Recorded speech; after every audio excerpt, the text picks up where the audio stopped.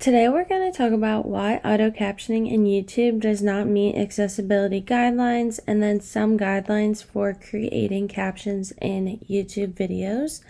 First, for people are deaf or hard of hearing, YouTube captions often struggle due to poor quality or inaccuracies.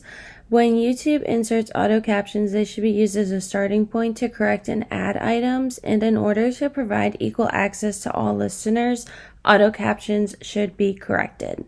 YouTube automatic captioning does not have a high enough accuracy rate to be able to automatically generate captions and rely on them.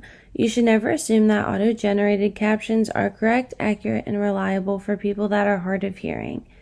YouTube auto-generated captions are typically only 60 to 70% accurate, which means that only 1 out of every 3 words could be wrong. This statistic is improved when there is a good audio quality, but worsens when people talk with accents or there are loud background noises. When adding captions to your videos, this can also prevent you from being at risk for legal actions. There have been schools that uploaded uncaptioned videos and were sued by the National Association of the Deaf for violating anti-discrimination laws by not providing captions for their deaf viewers. When videos are uploaded with inaccurate or no captions, it makes it difficult for viewers who are deaf to understand the content, and it can become confusing for them. The only way to ensure that viewers of the deaf community can understand audio content is through accurate captioning. When captioning isn't accurate, it can be detrimental to accessibility. YouTube captions are useful as a starting point for providing captions, but they are only good as a baseline. The captions are only accurate if the words are clearly spoken with no accents, no music, and no background noise. Next, we're going to move on to guidelines for captioning.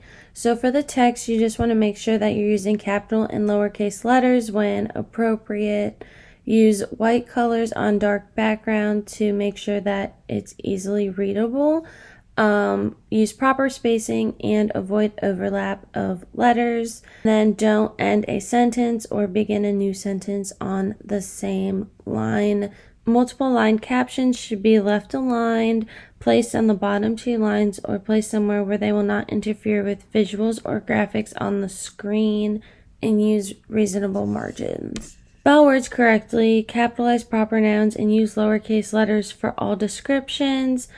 When making a list, separate items with commas. Caption what is said even when the speaker stutters. Do not use ellipses to show the sentence continues, but use them when there is a significant pause.